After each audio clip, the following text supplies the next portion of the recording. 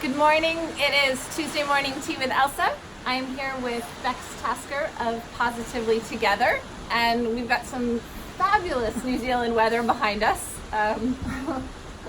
along with a great horsey backdrop again. I'm so pleased.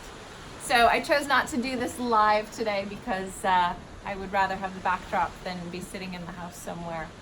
But Bex, thank you for having me here. Oh, you're so welcome. It's been so much fun. It's great. We've been having some awesome conversations and going for walks in the forest and playing with horses, and it's a really nice way to wind down. It is. So we were just both performing at Equidays, and Bex invited me to come back here and catch up a little bit after we were done. Thank goodness. I needed a little downtime. And we've been talking a lot about how freedom-based training mixes with other types of training. Yeah. So I mean, I my main focus is positive reinforcement training. So some people know that as clicker training. And something that I've really identified is that people can so often, and this was with any type of training, people so often get really focused on our goals and the things we want to create and build and have, things we want the horse to do, and lose sight of maybe the relationship or the counterbalance that goes to the other side of all of that doing. I sort of think of the things we want to do as like a mountain in the distance, and we do want to climb the mountain. But if we don't take time to get fit and get organized and all of the things that come before it, we end up getting sort of really sick on our climb up the mountain as we go through that altitude. And if we can think of something to do as a direction we're aiming, and we've got lots of little foothills on the way, and we go up and down, and sometimes we're doing and sometimes we're being, sometimes that's a lot more beneficial. A lot of people take a goal and they just want to go straight up that mountain. That's a really good analogy too, because it's not just the approach to the mountain where we're building a foundation to then go on and do more of our, meeting our goals and whatever those might be, but on the way up we're taking rests to look at the view and to take a breath and all of that. So yeah.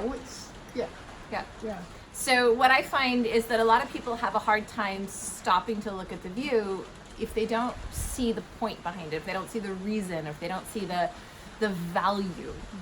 And what I offer with freedom-based training is sort of a pattern of when we're just being, we're still really observing what is the horse doing. Are they feeling better? Are they feeling worse? How do we put ourselves in the right place to be in the right relationship with that? So if you choose while you are simply being with the horse, there's a lot more to it than that. Yeah, I mean, we could take a chair out in the paddock and sit down and read a book, and I think that would be nice for your relationship with your horse. But yeah, there's a whole lot more layers that can add to it to bring more value than just simply literally sitting there passively, right? Yeah. So the thing that I always say, I actually did a demo about this at Equidays, and I was saying that it's really great to just take a chair and sit with your horse if you like their behaviors. If they are acting in ways around you that you really appreciate, absolutely, just sit down and appreciate them. Like, you don't have to do anything. But if their stress level is a little high and they're doing things that maybe you don't love or maybe are not productive to the relationship, then freedom-based training really gives you some tools to help them without making them do something. It's more like a supportive being. So I can sit in a chair and I can be just like a friend. And I can be with some timing to my actions and where I move and when I move and how I move, and actually support them into being a better version of themselves. And I feel like that gray area is where all the magic is. It's really fun to figure out how much I can support the horse without asking them to do something. And I think, if you're going to ask them to do something, you've got my super, super slow way of doing it. But then Bex here also has a lot of ways to help speed that up with motivators and ways that are really fun for the horse. And I think it's really great that you're here for people to reach out to when they say, well, I want to develop this set of skills. How do I do it? Yeah, and I mean, I think hopefully you can hear us over the rain. Oh my goodness. It's crazy out there. Like you've obviously achieved amazing, beautiful things with only the freedom-based training, purely, completely free of tools. And And I mean, if I've got a horse that's, I think what I'm liking about all of this is the combination, is the fact that if I get a horse in who's got a terrible issue with his feet and he desperately needs his feet to be picked up, and he's got terrible fear and anxiety and anger about that whole process, I can help him to move very quickly through that using a much more, what Elsa would describe as a dominant base, so like actually having him do things, yeah, creating that behaviour and counter-conditioning all of that anxiety and turning it into positive feelings, and I can make that happen fast. But that doesn't mean that we want every interaction with that horse for the rest of its life to be like that. I think that having, even once we move up to the mountain, we still want to dip back in regularly into that, right? Or even as you said, even as we're going up the mountain, it's not all about climbing. Sometimes it's just about stopping and going, isn't it great we're here?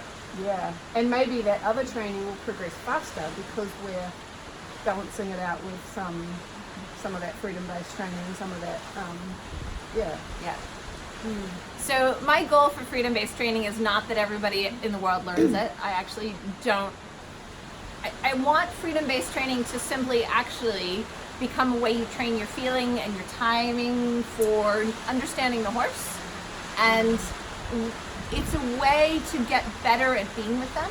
But honestly, ultimately, I don't think it should be called freedom-based training. I think it should just be called good training. Yeah. Ultimately, I kind of want this to infiltrate the whole world where they know how to watch the horse in the 5 minutes before you put the halter on, see where they're at, see what you can do, see where to put your body, then put the halter on, go do some training, and then maybe do that again at the end. You take the halter off, you take a few minutes, you see where your horse is at, you see where you can adjust your own personal body to affect them in good ways, and then you walk away. That doesn't have to be freedom-based training. That's just good training. That's just good training. That's just good horsemanship. Yeah. And I mean that process, the sort of the framework that you put around it, I feel one of the huge benefits that jumps out to me is that ultimately what you're teaching, like you say, is good feel and timing and observation skills. And it doesn't matter how you're training. It doesn't matter if you're a clicker trainer or if if you're into some variation of natural horsemanship or whatever. If you can't look at an animal and predict what they're going to do next, we need to hone our eyes to be really, to pick up on real subtleties and be able to predict their behaviour so that we can influence their behaviour in ways that will help them and be convenient and to us. Yes. Yeah. Absolutely. And I guess that's my goal. If I can sit here with you and you and I can collaborate, hopefully you can take some of the best stuff that I have to offer and I can take some of the best stuff that you have to offer. And we might never teach each other's work specifically, but we're going to take the nugget of it, the heart of it, as good training and be reinforced. I'm hopefully going to reinforce you, you're going to reinforce me, and then we're going to share that with the world. I'm feeling very reinforced. So I think we will leave you guys on that note. We're going to drink some tea and keep chatting. Thank you for joining us for Tuesday Tea with Elsa and Bex this week. Thank you.